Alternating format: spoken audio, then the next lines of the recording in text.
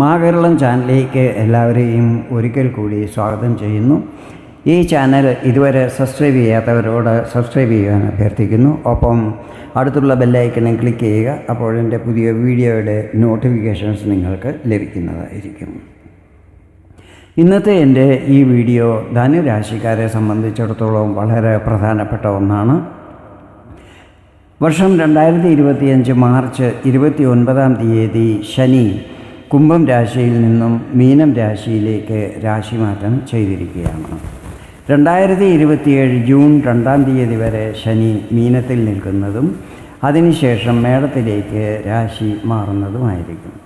2025 July 13 മുതൽ November 28 വരെ ഏകദേശം 139 ദിവസം ശനി വക്രഗതിയിൽ, അതായത് റീട്രോഗ്രേഡായിട്ടായിരിക്കും സഞ്ചരിക്കുന്നത്. ഇതിനെക്കുറിച്ചുള്ള വിശദമായ വീഡിയോ ഞാൻ പിന്നീട് പബ്ലിഷ് ചെയ്യുന്നതായിരിക്കും. ഞാനിവിടെ പറയുന്ന ഫലങ്ങൾ ചന്ദ്രഘടനയെ അടിസ്ഥാനമാക്കിയുള്ളതാണ്.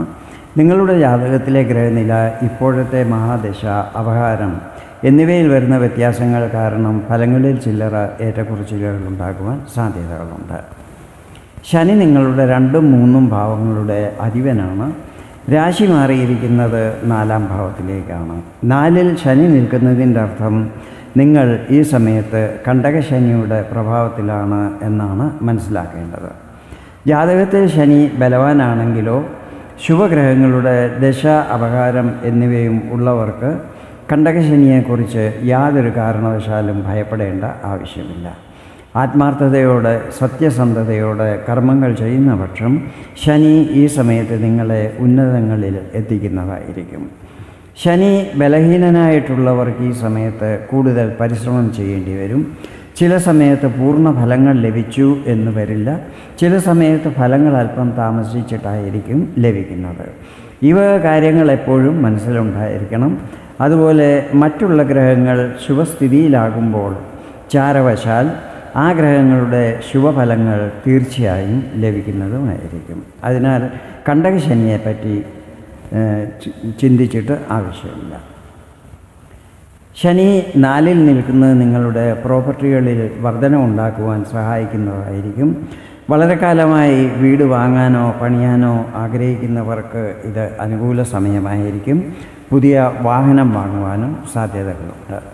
വളരെ കാലമായി വിൽക്കാൻ ആഗ്രഹിച്ചതും എന്തെങ്കിലും കാരണവശാൽ വിൽക്കാൻ കഴിയാതെ വന്നുപോയതുമായ പ്രോപ്പർട്ടി ഈ സമയത്ത് വിൽക്കുവാൻ സാധിക്കുന്നതായിരിക്കും. ചിലപ്പോൾ പ്രതീക്ഷിച്ചതിൽ അല്പം കുറഞ്ഞ പ്രൈസായിരിക്കും ലഭിക്കുന്നത്.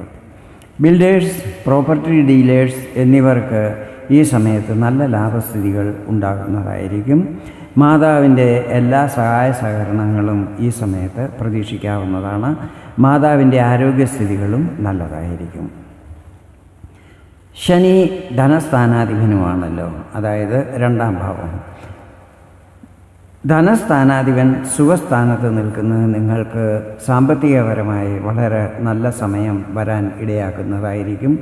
പൈസ സേവ് ചെയ്യുവാനും നിക്ഷേപങ്ങളും മറ്റും ചെയ്യുവാനും സാധിക്കുന്നതാണ്. നേരത്തെ ചെയ്ത നിക്ഷേപങ്ങളിൽ നിന്നും നല്ല റിട്ടേൺസ് ലഭിക്കുന്നതുമായിരിക്കും. കുടുംബത്ത് ബന്ധുക്കൾ തമ്മിൽ എന്തെങ്കിലും തർക്കങ്ങളും മറ്റും ഉണ്ടെങ്കിൽ അതിനൊക്കെ പരിഹാരം കണ്ടെത്തുന്നതും കുടുംബാന്തരീക്ഷം നല്ലതാകുന്നതുമായിരിക്കും. ഈ സമയത്ത് നിങ്ങളുടെ സംസാരത്തിലും പെരുമാറ്റത്തിലും നല്ല ശ്രദ്ധയുണ്ടായിരിക്കണം. ക്രോധത്തിൽ നല്ല കൺട്രോൾ ഉണ്ടായിരിക്കണം. 2ാം ഭാവം ഭക്ഷണപാനീയങ്ങളുമായിട്ടും ബന്ധപ്പെട്ടിട്ടുള്ളതാണ്. ഈ സമയത്ത് ഭക്ഷണത്തിൽ പ്രത്യേക ശ്രദ്ധയുണ്ടായിരിക്കണം. ഇത് ഉദരസംബന്ധമായ പ്രശ്നങ്ങൾ വരാതിരിക്കുവാൻ സഹായിക്കുന്നതായിരിക്കും. ശനി നിങ്ങളുടെ 3ാം ഭാവത്തിൻ്റെയും അധിപനാണ്. ഈ രാശിമാറ്റം നിങ്ങളുടെ ഇളയ സഹോദരങ്ങളുമായി ബന്ധത്തിൽ സുദൃഢത വരുവാൻ സഹായിക്കുന്നതായിരിക്കും. അവരുടെ എല്ലാ സഹകരണങ്ങളും പ്രതീക്ഷിക്കാവുന്നതാണ്.